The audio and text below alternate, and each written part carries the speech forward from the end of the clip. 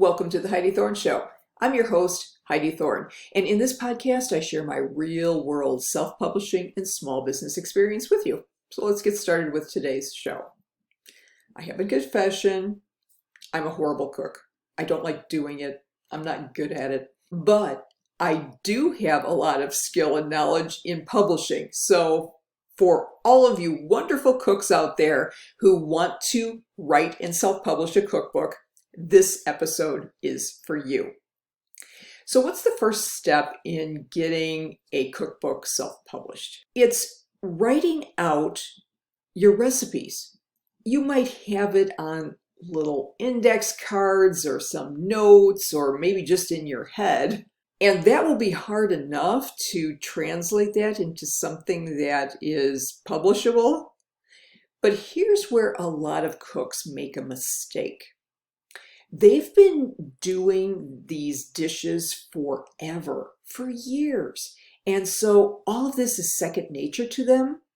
And they forget that people who are just picking up their cookbook might not have that same skill level. So what I recommend is that you videotape yourself making that recipe from beginning to end. Every little movement or action that you do, you write it down. That will help you create something that is instructional and helpful for your cookbook readers. What about photos for your cookbook? I had a really interesting question come up on my blog about photos for cookbooks. This author or cook wanted to just download stock photography pictures of the dishes that they might be creating and put them in the book. Now, those pictures are usually beautiful, they're perfect, and you shouldn't use them. And the reason being is because it's not the dish you made. So there's misrepresentation going on. Now, I guess if you use stock photography of maybe fruits or vegetables or things like that, maybe it's okay, just as a decorative thing, but not as the completed dishes. Use the real stuff. People want to know that it's authentic, what you are offering them. Then the question comes up of whether you should go with color or black and white. If you self-publish on the likes of Kindle Direct Publishing, the standard is black and white photos, and it's not on what they call gloss stock, which has a varnish on it to make photos come out really crisp. So they don't look as sharp as if it's on other paper that has a little bit of a gloss or that is set up for color printing.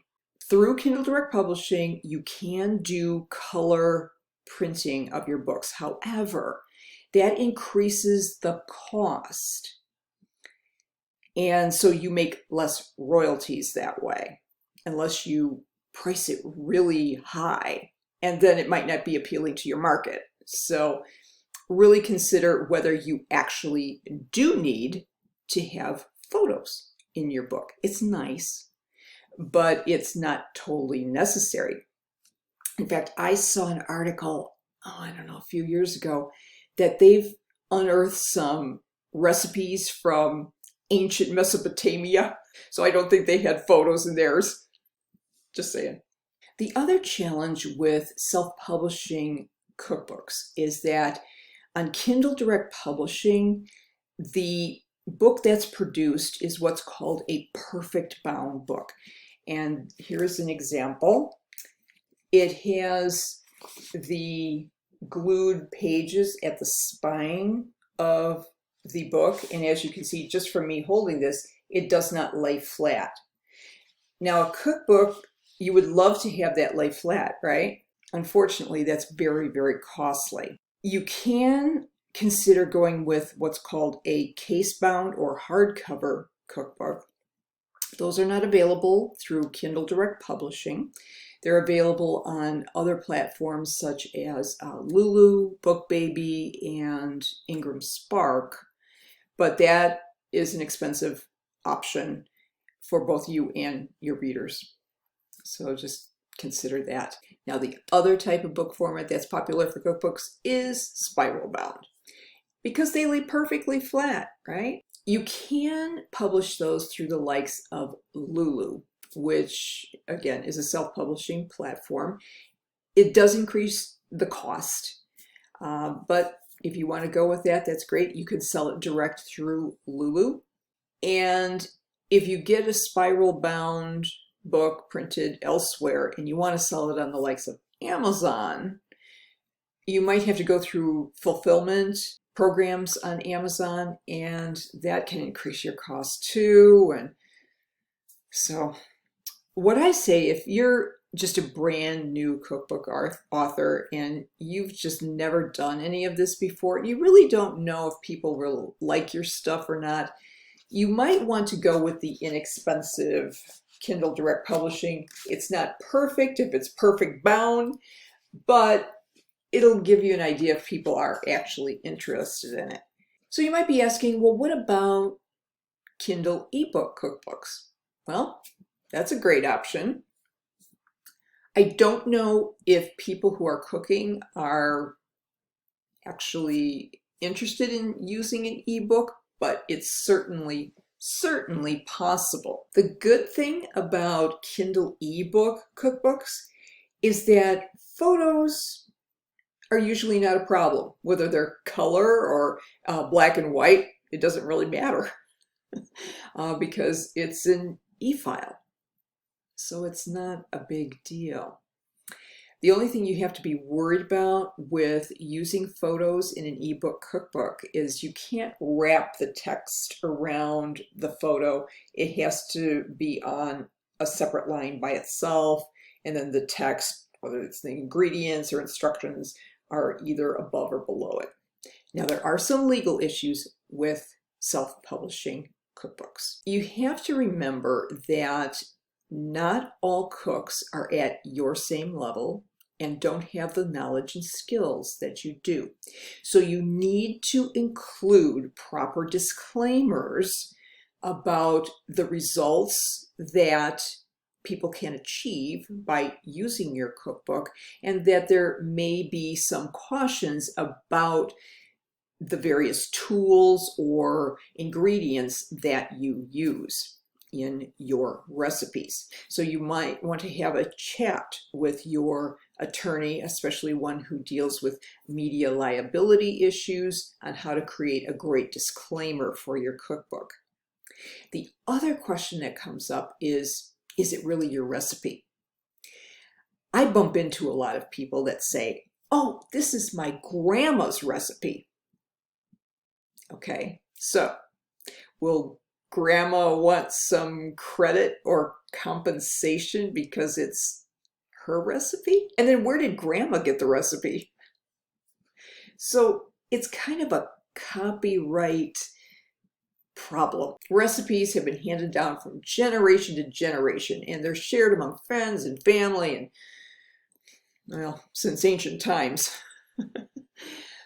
But according to the Copyright Office, if it's just a list of ingredients, that is not copyrightable. However, your unique description, explanations, illustrations, all of that help make it your recipe. So again, this is a lot of gray area, and I think it's worth having a discussion with your attorney about how to properly do that. The other issue with regulations and laws and all that comes up with cookbooks is allergy, health, and nutrition information these days. Unless you're going to do some scientific analysis of it,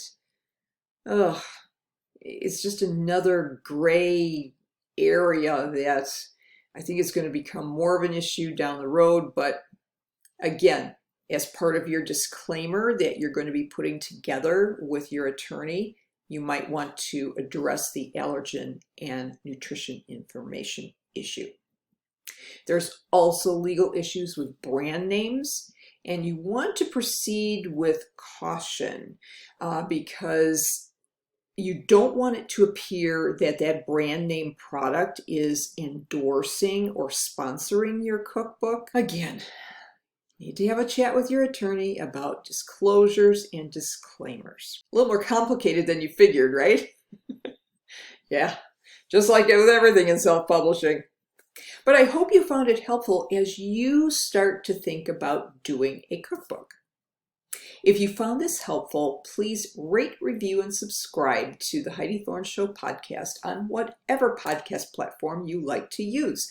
I'm on Apple Podcast and Spotify, Stitcher, Google Podcast, Podbean, and Amazon TuneIn Radio. If you like the YouTube video better, you just have to subscribe to my Heidi Thorne YouTube channel and turn on the notifications so that you know when a new video is available for you. I would appreciate it if you would share the podcast or the video with your friends on social media. And my self-published books, which do not include cookbooks, are on Amazon, Audible, and Apple Books. All you have to do is type in my name, go to my Heidi Thorne author page, and all the books that I have available are listed there. If you'd like to connect with me, my website is very simply HeidiThorne.com. Thank you so much for listening and for your support. I'll look forward to talking with you again in the next episode, and in the meantime, have a great day.